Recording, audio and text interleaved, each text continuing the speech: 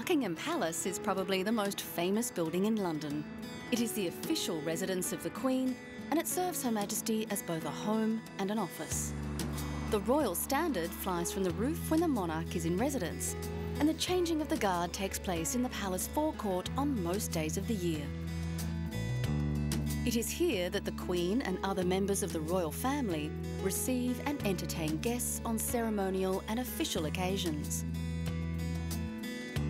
Buckingham Palace was built for the Duke of Buckingham and Normandy in the early 1700s and was purchased by King George III in 1762, although St James's Palace continued to be the official royal residence until the accession of Queen Victoria. Since 2001, palace officials have opened up parts of the palace gardens to the public. The garden's design dates back to the conversion of Buckingham House into a palace in 1825. Its centrepiece is a 3-acre lake. King George VI and Queen Elizabeth cleared many of the Victorian shrubberies and introduced the flowering trees. The gardens are home to some 30 species of birds. We have extended the visitor route to take visitors into the garden, a 450-metre walk that will take them along the south side of the lake into the very natural part of the garden that many people may have read about following a survey that was done, which revealed this really was an oasis for wildlife in the heart of London. So visitors will get a wonderful view of the garden front of the palace and walk along the lake where they'll see many wildflowers and many different creatures, birds, ducks in particular. And I think actually be a very nice and peaceful end to their visit to Buckingham Palace.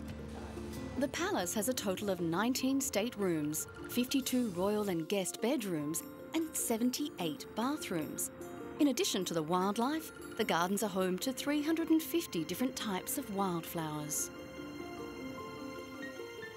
In 2004, as part of the celebrations for Queen Elizabeth's 50th anniversary as monarch, the palace played host to a garden party with a difference.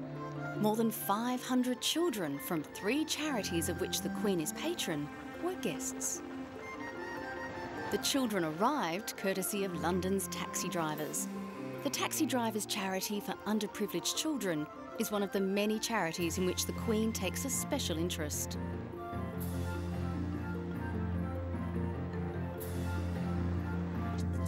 All the fun of the fair was set out in the gardens of Buckingham Palace. The atmosphere continued with the same relaxed, open style that marked the 50th anniversary celebrations. It was a special day for everyone, and for 9-year-old Louisa Harrington, a dream come true. Awaiting a heart transplant, her wish was to meet the Queen, dressed like a princess.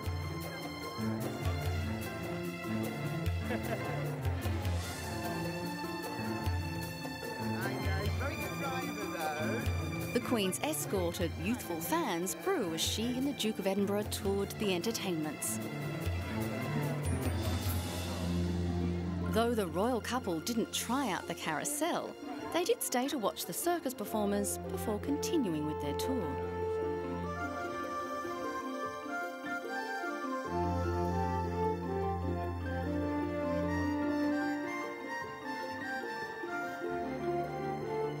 A party wouldn't be complete without a cake, and this was a grand creation, a fitting celebration of 50 years on the throne.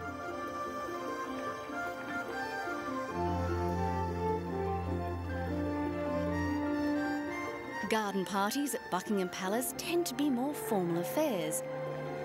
The celebrations of the coronation of half a century ago put youth centre stage in this modern Elizabethan era.